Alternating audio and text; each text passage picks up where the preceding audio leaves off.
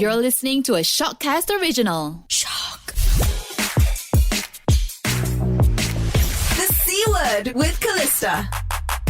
Welcome back to the C Word with me, Callista, season 3 of the podcast where we talk to your favorite content creators. And just before we ended season 2, I actually came across this guy on my FYP and I was blown away. His name is Karel. He's from Jakarta, now based in LA, and he sings like an angel. So Francis, welcome to the C Word. Hi, thank you for having me. Your following is like blowing up like crazy though, because when I first reached out to you, I think you were at like 1.2 million and now you've got like 2.1. Yeah, that's all very unexpected, and I'm very glad that people are enjoying the content I'm making. I'm not getting those numbers wrong though, right? Because like that's less than a month, I think. Yeah, it was kind of crazy, like the switch of content that I did and like, you know, starting to show more originals, how much people actually enjoyed it. So I'm very grateful. Yeah, I did notice that you've been doing like a lot of, this is a song that I want to release. Then there's like part 1, part 2, part 3. But I think there are probably still a lot of people in Malaysia who probably haven't seen you come up on their For You page yet. So maybe you could like do a little introduction for them. Hi, everyone. My name is Karel. I am a singer-songwriter and now I guess somewhat TikToker.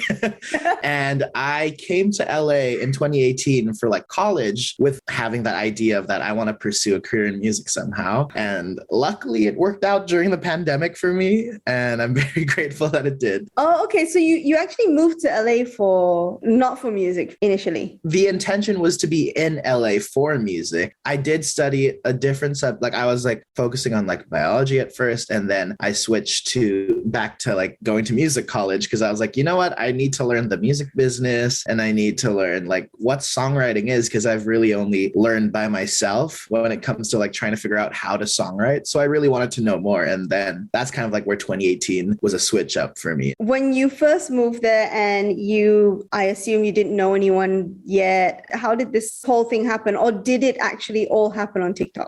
So when I first came here, I for sure did not know anybody, nor did I know how the music industry worked. So it was very much based off of like wanting to achieve a goal for me. And I think throughout the years, I got to learn from credible writers who ended up teaching in my college at the time, and then having them, you know, inform me of events. Like there's these things called Writers Round, which is like songwriters would just come and take turns showing songs that they wrote or that they were a part of, which for me, I was just trying to view the scene because I'm so new.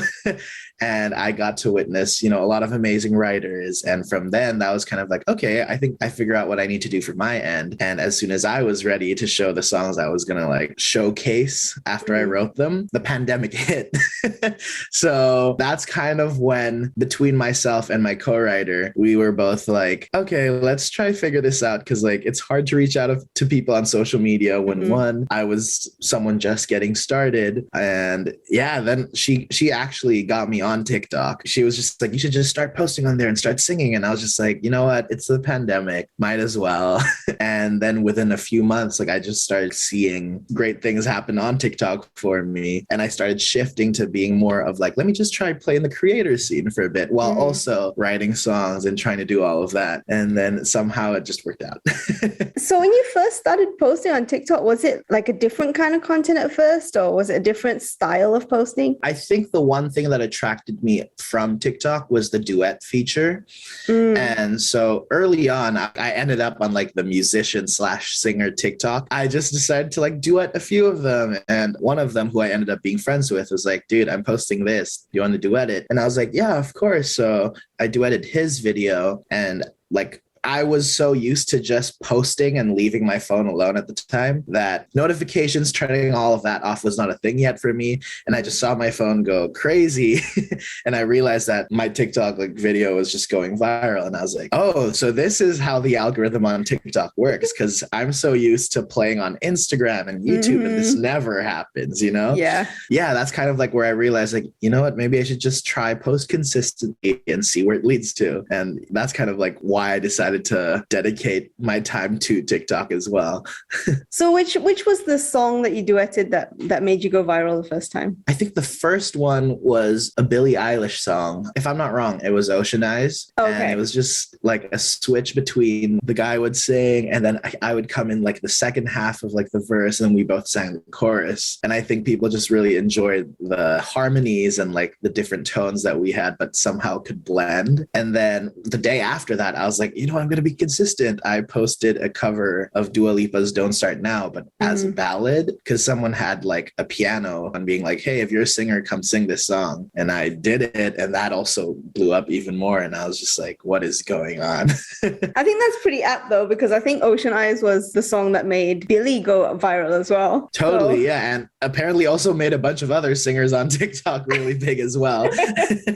But you're right though. Like I think the good thing about TikTok is, okay, yes, a lot of people used to get famous off of YouTube, but it was mostly by catching the attention of someone who was prominent in the industry, right? But TikTok is, the way the algorithm works is it kind of knows who will enjoy your content. And I think they're really good at doing that. And that's why the For You page is for you, right? Like the Explore page on Instagram never gets it completely correct, I feel. Totally. Yeah. I was very surprised by how like the TikTok algorithm worked because it like, I also switch up on like what I like to see. Sometimes it's comedic content. Sometimes it's chaotic content.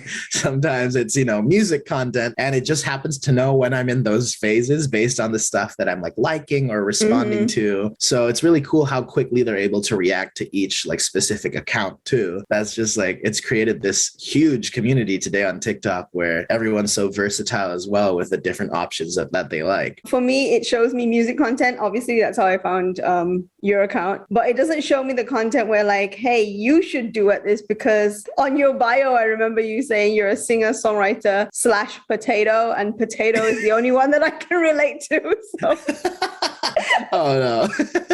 Yeah, I didn't know, like, because as my account started to grow, my co-writer was like, you should put a professional bio that kind of states what you do. And I was like, a professional bio? What does that mean? So I was just like, I'm a singer, a songwriter. And it was actually funny because I got that potato thing from a hate comment who just like decided to comment, he kind of looks like a potato, and repetitively like just appeared everywhere else. So I was like, you know what? I'm going with it. I'm a potato.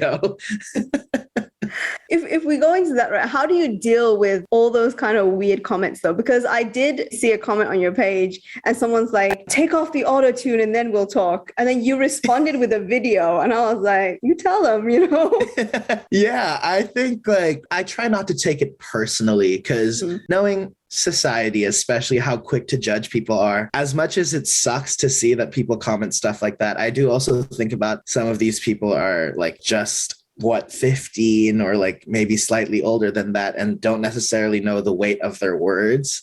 So for me personally, I try not to take it to a point where it's like, oh, you hurt my feelings, I'm gonna fight back, but at the same time I do want to like respond in ways where it's not necessarily me trying to attack them, but like kind of show them like, hey, I understand that you can think that just because of the way my voice sounds too, so let me just prove to you that I can sing and hopefully you understand that I don't use autotune, or have fun with responding to like hate comments. For me is like something I try to do. I think that's a really good way to approach it. But I also feel like you're so brave because you kind of blew up when you started posting your Omegle videos on TikTok. Now, I don't think Omegle is big in Malaysia. At least I don't know anyone who uses Omegle. Was it big in Jakarta? It was when I was like, I think 12. And at the time I didn't use it because I was just like, this is, I don't get the platform. I'm already scared of people, not going to take it to the internet. But yeah, I saw that it was like blowing up out in the US and like also South America and also again in Indonesia. So I was like, I'm going to just try get on it and see where it leads to. How did you come up with the idea to like serenade people on Omegle? Because, okay, for everyone who's listening who doesn't know what Omegle is, it's a platform where you get on it and they just pair you up with random strangers, right? You don't know who's going to come on your video next. Yeah, it's like a chat roulette like type of like format. So how did you decide to just get in front of random strangers on the internet, the scariest place in the world, and just serenade them. How nerve-wracking was that in the beginning? Very nerve-wracking. I think because I saw on my For You page that Omegle was just like comedic videos. I like saw that and was just like, is anyone doing singing videos with these yet? And I'm sure that there were people doing it before me, but I didn't see any at like the time I was scrolling through. So I decided to hop on Omegle. And I think I remember the first day I was just skipping through everybody for the first 2 hours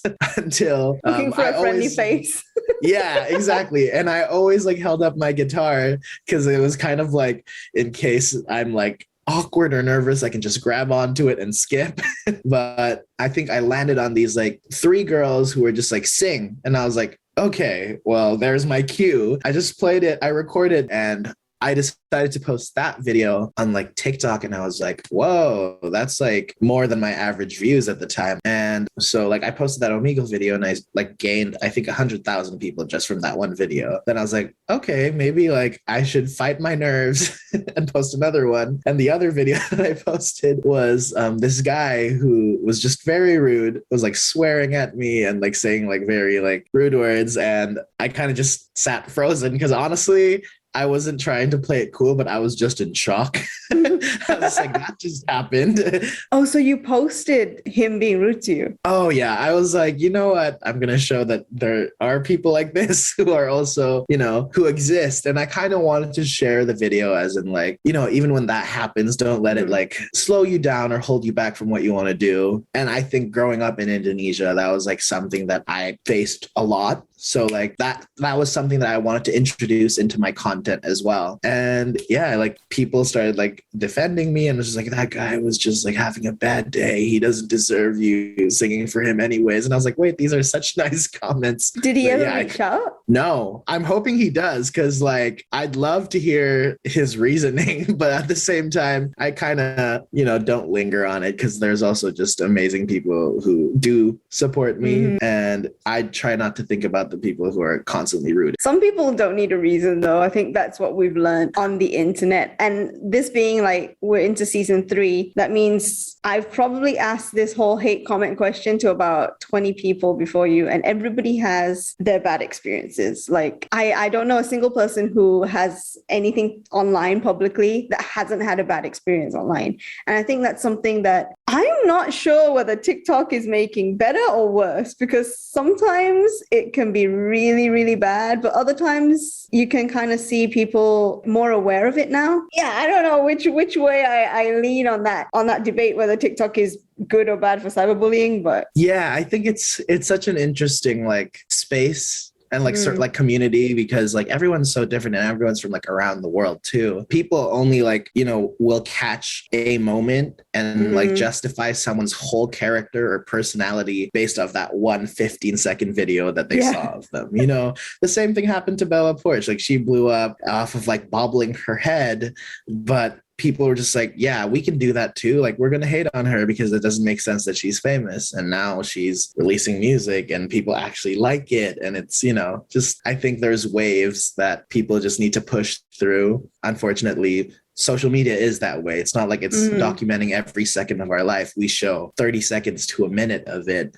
and let people judge that video. And we're putting ourselves out there too. So, you know, like it can be taken the wrong way or hopefully the right way. You probably feel the same way. With Southeast Asia, we're a bit different. Like even our mindset is a bit different compared to like the US. And I think when a lot of people were hating on Bella and they were saying certain things about her, I'm like, but that's normal here. And you know, you're judging her based on something that's normal for us. And I think that happens across the board. Like when I've seen Malaysian TikTokers get into trouble with a US audience, but it's because they're doing something that we do all the time and we don't think about it, but somehow it offended someone over there because it's like a cultural difference, you know, like you've never been here, we've never been there. And I think like that part can sometimes get mixed up because of all the nationalities on the app. Yeah. but it's always going to be a difficult space to navigate, right? Totally. I also think that like being Indonesian and now being a creator out in the US, the one thing I did like notice was that like as a consumer from Indonesia, I was very open, and I'm sure my friends were too. And meanwhile in the US, it's so quick to like judge someone's like, you know, skill or talent, or like if this is something that's cool enough for us. And like it's this whole thing where it's just like it has to fit into the US culture. That is frustrating 100%, because it's kind of like, for me at least, it's the community that I'm like engaged with and like have been very like lucky to get the chance to have exposure to. But then I think about these things where it's so unfair that like, you know, someone else who I get comments all the time, it's like, oh, look at the way he looks, you'd never think he'd sound like that. And it's like, what does that mean? You know, like people think it's a compliment, and I'm like, I don't know if you realize that sometimes that's like, is it because I like am not a like Justin Bieber looking? It's kind of like, because I don't look like that, they don't expect me to sound the way I do. And I kind of just let it slide because it's not something I can change, unfortunately, because also the industry, you know, the way it's functioned, it's very much based on like, this is how artist looks. And I think there's been this new wave where artists who look different ways have been showing up, and it's kind of changing the game, but also it's not entirely gone yet. I think it's crazy how a lot of the people who are blowing up on TikTok are from Southeast Asia. And that's not something you saw a lot of like before the existence of TikTok, like Bella Poarch, she's obviously Filipino. Even Olivia Rodrigo, she's part Filipino. You're Indonesian. You know, it's kind of, I like it.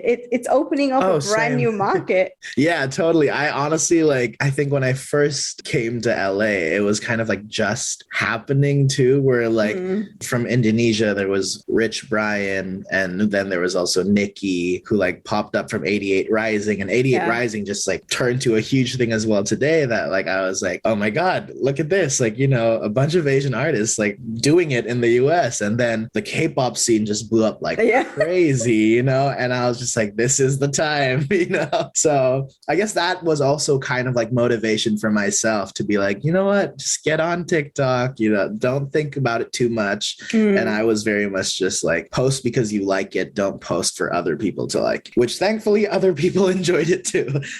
Yeah, I was gonna say, because like the reactions you've gotten, especially on your Omegle videos, like I love the ones that start with you asking, can I sing for you? And they're like, okay, whatever. And then you start singing and it just completely blows their mind. I think it's changed so much from when I first started, because I didn't realize like how many people were going to start recognizing me on there. Like now, if I try to shoot a video on Omegle, I get like noticed pretty often on there. And I've like been out in LA, which this is the part that like I never thought would ever happen, where I'm walking in a restaurant and someone comes up to me because they know who I am. Like that to me is like, wait, like this is like, I'm not ready. Like there's a part of me that's afraid of people. Like I'll be like being loud with my friends because I'm just like, oh, it's fun. And then someone comes up to me and I shut down because I get nervous. Then you're self-conscious, right? You think like, okay, people recognize me, I have to control myself a little bit. Yeah. And I get like, I am like a shy person to begin with, that like when that happens, I like instantly go like, hello. And they like say something and I respond awkwardly. And then I'd have to be like, I'm so sorry, that was weird. Like, I just don't know how to deal with people. That's what, like, you know, on social media, it's kind of one-sided where I get to like take my time with responses. But in the moment, I'm very much like scatterbrained. My brain is just going everywhere. I'm kind of the same. Like when people recognize me from the radio here and they come up to me in public, I notice that I'm doing it, but I can't stop myself from doing it in the moment. Yeah. I'm like, I know this is awkward. I'm really sorry, but my brain's not telling me how to like react to you properly right now. Oh, thank God that I'm not the only one who goes through that. Because like, I'm just like, is there like a training for this where I know how to react to people? Because I feel like this is going to be like how I am. Like I have shows end of this year that I'm just going to be like, how am I going to like react to an audience? I feel like I'm just going to have to practice a lot leading to that. And you've blown up to the point where people are recognizing you in LA, which is literally the hub for like musicians. I know you've released a couple of songs on your own, but it's not like an album or it's not like an official radio push single, right? Yeah, none of it is. It was all kind of released independently. That's mainly because like I think last year was really kind of like the decider of me becoming more of an artist. When I first studied to LA, I for sure had the intention of like, I want to learn to help build my artistry. But at the same time, that's not something you can learn really. And being in LA, coming from Indonesia, like everything was so expensive that I was just like, I'm just gonna wait to see like where like my music personally leads. But I did come to LA with the intention of being a songwriter for other artists. So let me just focus in that realm. In March or April of 2020, when I like started doing like TikTok, that's kind of like when I realized that like maybe I do have a platform that I can get an audience and I can kind of make a living out of music. So I really started deciding to becoming an artist by like end of September to early October of last year. And that's kind of like where I was like, okay, I'm going to release a song in February. I'm going to just see how that goes. And luckily I have like, you know, independently, I'd say I have a good amount of listeners right now. And thankfully like people who are very loyal to like wanting to hear more music from myself. And that's kind of like where it shifted to be like, okay, let's build the artistry a bit more. Like for next year, let me see if that's something possible to like do an album or maybe even continue like working with other artists and do collaborations. I feel like that's crazy though, that you wanted to be a songwriter, because obviously you were doing covers and stuff when I first came across your content and everything. And if you told me you didn't write your own music and all you did was sing, I'd still listen to you, because I think like your voice is the thing that stands out the most. You know, you've got that whole, I don't even know whether I'm saying it right, vibrato. The vibrato. Yeah, I don't even know how to say the word. Obviously not an artist. But yeah, you've got that whole thing like Post Malone going on. If you had never come on TikTok and you were just writing songs for other people, I think that would be such a waste. You know, I mean, it's a great career and everything, but like your voice is the thing that like, as I was scrolling, made me just stop and then go into your profile and look at all your other videos. You know what I mean? Oh, thank you.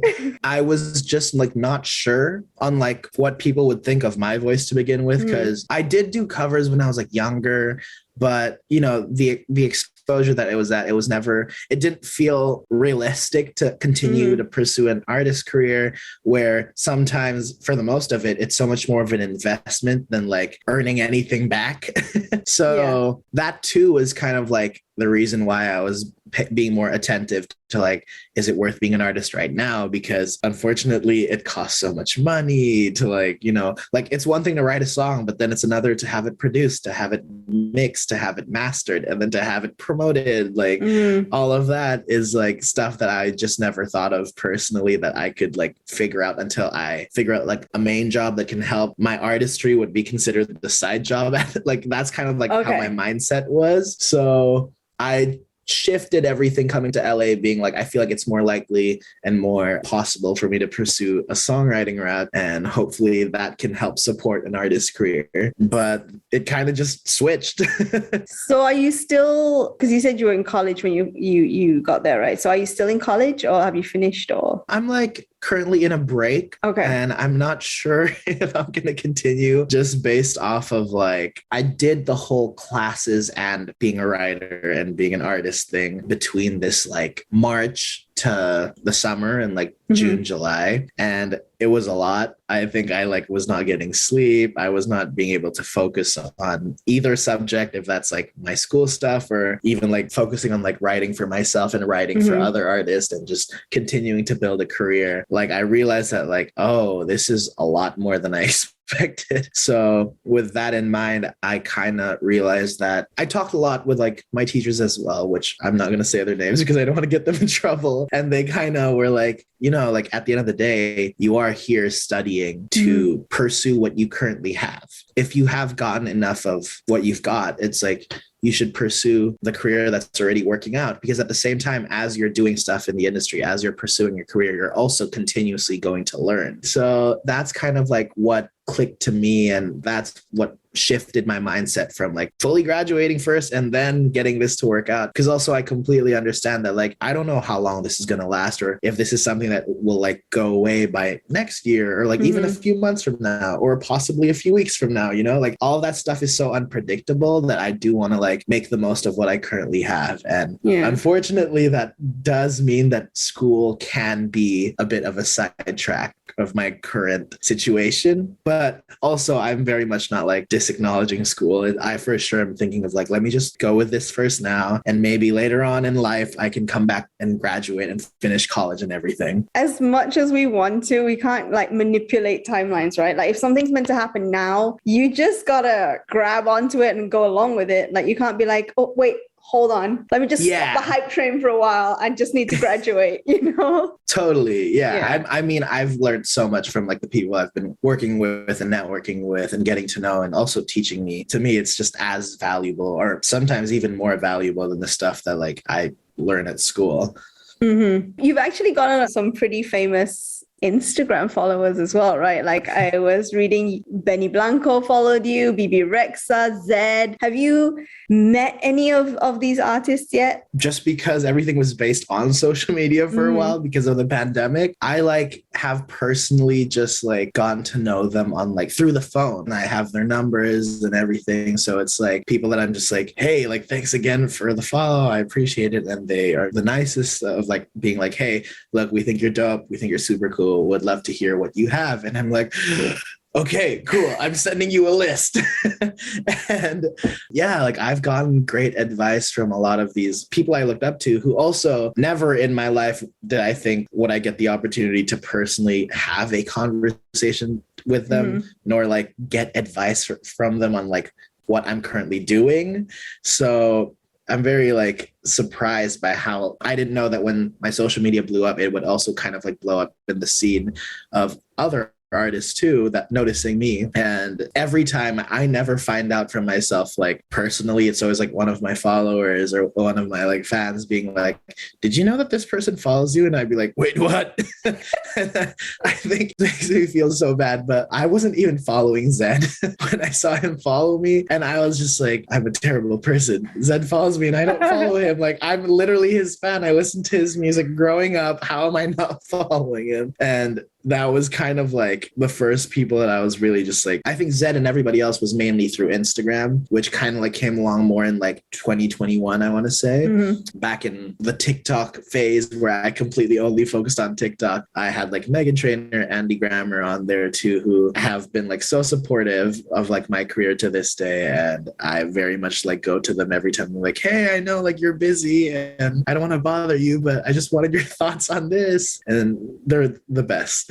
Is there anyone else that we haven't mentioned their names, like losing your mind because they followed you? I think the one that like made me lose my mind the most had to be Tori Kelly, like duetting my song. Okay. Because I'm like a huge Tori Kelly fan. She was like one of those artists that I was like, the way she sings, the way she's able to like freestyle her runs, like it's crazy how much control she has over all of that. And I kind of like found out through my managers who told me that, hey, did you see that she duetted your video on TikTok? And I was like, no. And I was about to go to sleep and I was just like, this is Tori Kelly singing a song that I wrote on. And she says she loves it. I am losing my mind. My palms are sweating. I'm literally home alone and I'm freaking out. I like called my co-writer who wrote the song with me and was like, did you see Tori Kelly sang our song? And we both freaked out and I couldn't sleep until like 3 to 4 a.m. because I kept looping it and it was just like, she sang this song. And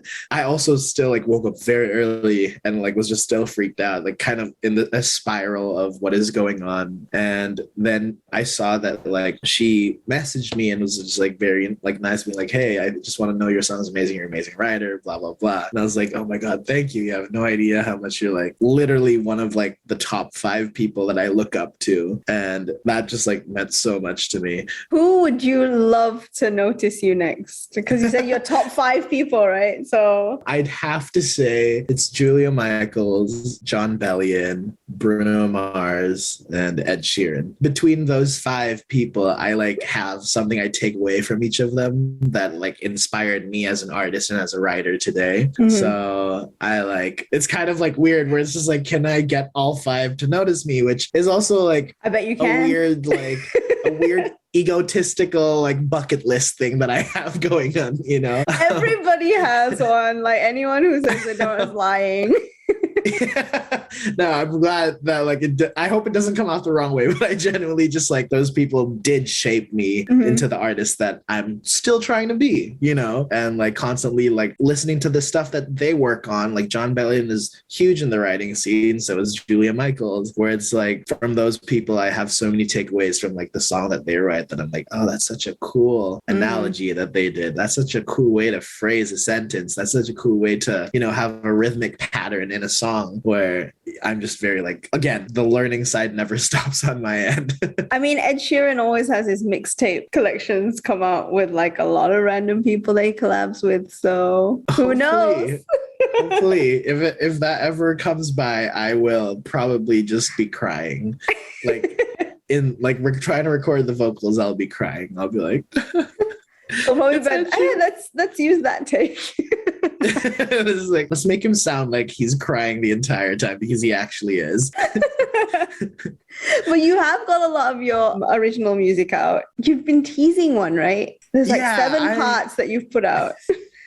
Yeah, I think like because I write every day, like it's really like to the point where I have like so many songs in my computer and my phone where I'm like, what can I do with some of these? You know, at the same time, like a month or like 2 months ago, I asked like my publishers and like my managers, like, would you guys mind if I like shared snippets of like the songs on like my socials? I'll for sure ask like all of the collaborators and like co-writers that I worked with before I do that. But that's just an idea I had because I am trying to switch from being a cover artist to more of like an original song artist. So I did want to showcase that a bit too on like my socials. And they're like, yeah, that's totally fine. Just let us know when you do it. And that's kind of like now the 2 singles that I have coming up are based off of the stuff that people really enjoyed on my socials too. So it was a cool way to have, you know, like an idea of what people are going to like just based on how they react. So yeah, that's kind of like why I start doing them more now. Like I kind of want to base the stuff that I write on what people enjoy too, because I also currently am independent. I'm trying to figure out, you know, what is the smart move as an artist that doesn't know what he's doing. And so far it's been very helpful, like kind of getting a sense of what people react well to and what people don't necessarily want yet. Okay, so you're teasing 2 singles on TikTok and you're going on tour. You're opening for Max? Yeah. When are you dropping the music? Is there an album coming? So I want to say like at least like a rough time frame of like when I'm dropping my next song would be a month from now. But also I'm just constantly like writing and like trying to compile for an album, which for sure would be more towards like next year because I'm so fresh and still introducing myself. So I kind of want to take my time with the releases that hopefully leads to an album by sometime next year. So the one that you're going to be dropping in like around a month will be one of the ones that you're teasing on TikTok. Yes. What are the names of the singles? So between the 2, that's like I'd say doing thankfully pretty well is I Don't Like How Much I Like You and Another. Yeah. All right. So we can look forward to that in about a month.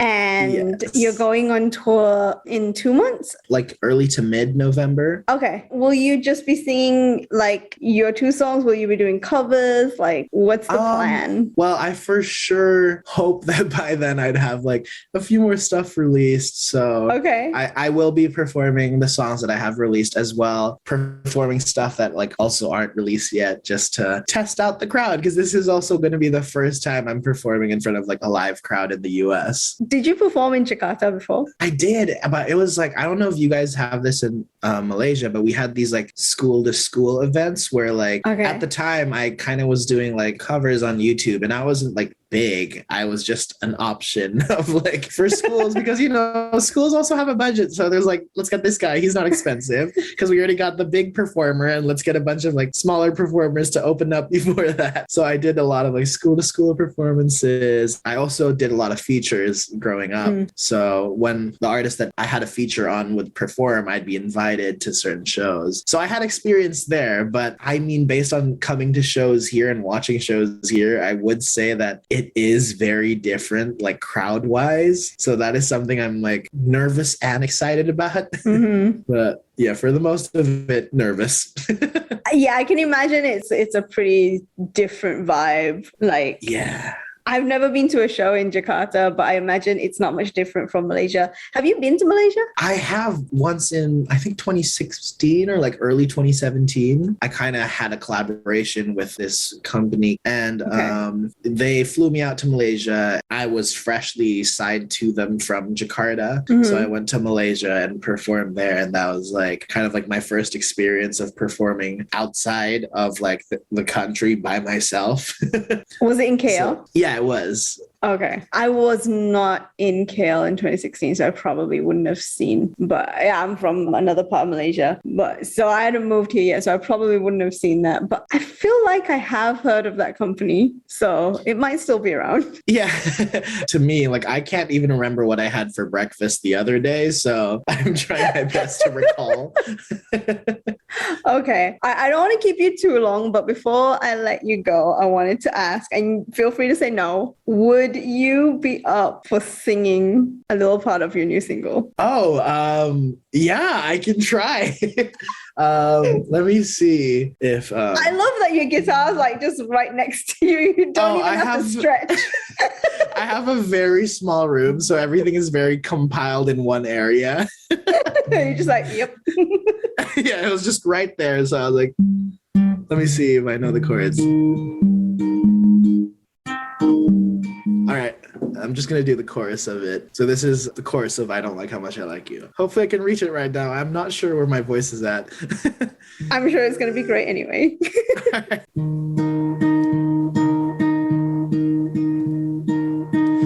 I don't wish this on anyone else, 'cause it hurts so good. I'm losing myself, and I know if I don't act now, somebody will. And I know if I don't run, we'll be standing still. Oh, I don't like how much I like you. I don't like how much Yes! I totally gave me goosebumps.